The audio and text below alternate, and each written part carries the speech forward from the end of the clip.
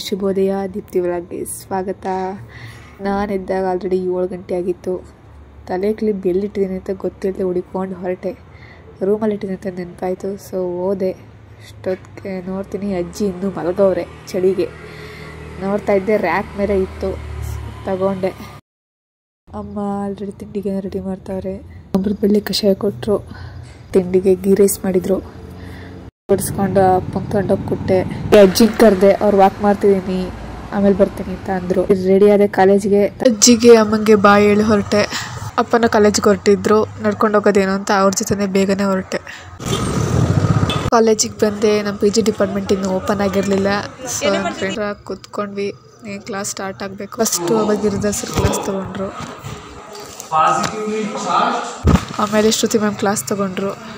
ಸ್ವಲ್ಪ ಲೀಜರ್ ಇತ್ತು. ಅವಾಗ ಊಟ ಮುಗಿಸ್ಕೊಂಡು ಲ್ಯಾಬಿಗೆ ಬಂದ್ವಿ. ಇನ್ನು ಯಾರೂ ಬಂದಿಲ್ಲ. ನಾನು, ಐಶ್ವರ್ಯ, ರಂಜಿತಾ ಮಾತ್ರ ಬಂದಿದ್ದೀವಿ.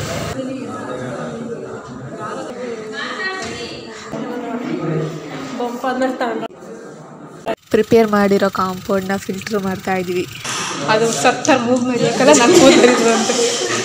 ಲ್ಯಾಬ್ ಮುಗಿಸ್ಕೊಂಡು ಹೋಗ್ತಾ ಇದ್ದೀವಿ. ಅಡಿಪಿಕ್ ಆ್ಯಸಿಡ್ ಲಾಸ್ಟ್ ಪ್ರಾಕ್ಟಿಕಲ್ ಆರ್ಗ್ಯಾನಿಕ್. ಇವಳು ಲಿಬ್ಬ ಮಚ್ಕೋತಾವಳೆ. ಇಲ್ಲಿ ನಾನು ಹೊಗಳೋ ಕಾರ್ಯಕ್ರಮ ನಡೀತಾ ಇದೆ. ಇವಳೊಬ್ಬಳೆ ಫಸ್ಟ್ ಆಗಿದ್ದರೆ ಲ್ಯಾಬಲ್ಲಿ.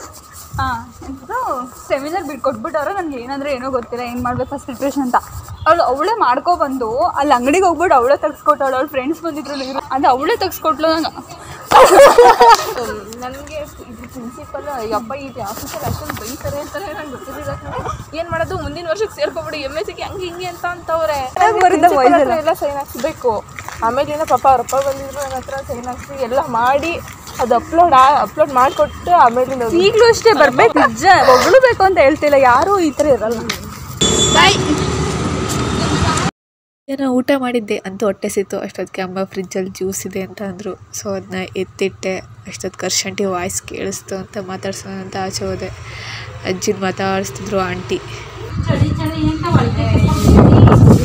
ಅಮ್ಮ ಅಕ್ಕಿ ಕ್ಲೀನ್ ಮಾಡ್ತಾಯಿದ್ರು. ಅಷ್ಟೊತ್ತಿಗೆ ನಾನೊಂದು ಆರೆಂಜು ಮತ್ತು ಗೋಡಂಬಿ ಬಾದಾಮಿ ತಿಂದೆ. ಅರ್ಶಿನ ಬಂದ್ಬಿಟ್ಟು ಟೆರೆಸ್ ಮೇಲೆ ಅಂತ ತೊಗೊಂಡು ಹೋಗೋಕ್ಕೆ ಅಂತ ಬಂದೆ.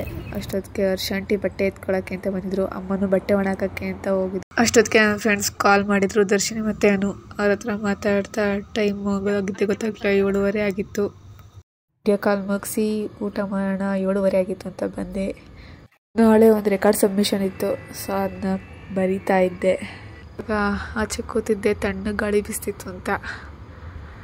So this is my day. Today is Friday. ಈ ವಿಡಿಯೋ ನಿಮಗೆ ಇಷ್ಟ ಆಗಿದ್ರೆ ಲೈಕ್ ಮಾಡಿ, ಶೇರ್ ಮಾಡಿ, ಸಬ್ಸ್ಕ್ರೈಬ್ ಮಾಡೋದು ಮಾತ್ರ ಮರಿಬೇಡಿ. ಮತ್ತೆ ಮುಂದಿನ ಸಿಗ್ತೀನಿ. ಅಲ್ಲಿವರೆಗೂ ಟೇಕ್ ಕೇರ್. Bye bye.